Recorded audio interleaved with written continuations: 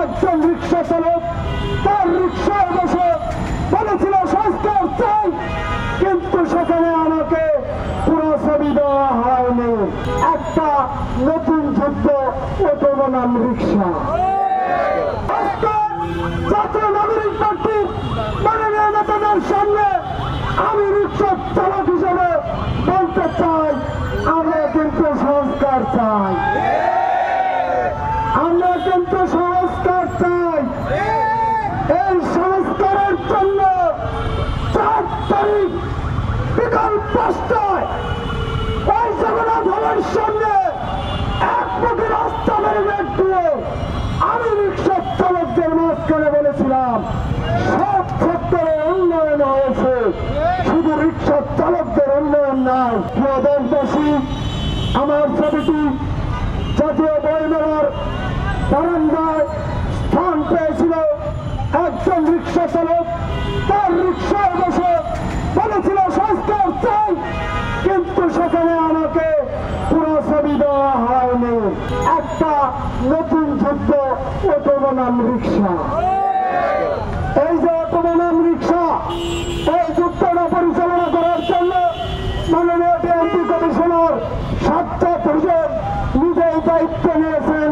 তার যথাযথ প্রমাণ আমার কাছে রয়েছে।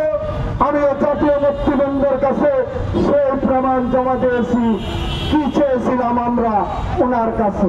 দেশবাসীর সামনে ক্লিয়ার করতে হবে, অন্যথায় রাজধানী থেকে ট্রানজিটের উপযুক্ত ব্যবস্থা করতে না পারলে এই নেতৃবৃন্দদের সামনে আমরা জবাব চাইতে বাধ্য হব, ছাড়া কিন্তু আমরা শান্ত হব না।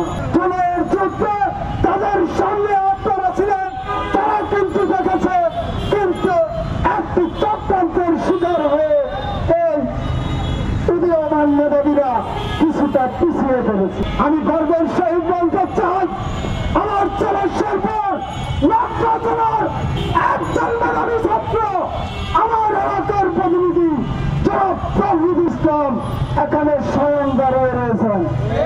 এটা আমার গর্ব, এটা আমার থানা নকলার গর্ব, এটা আমার জেলা শেরপুরের গর্ব।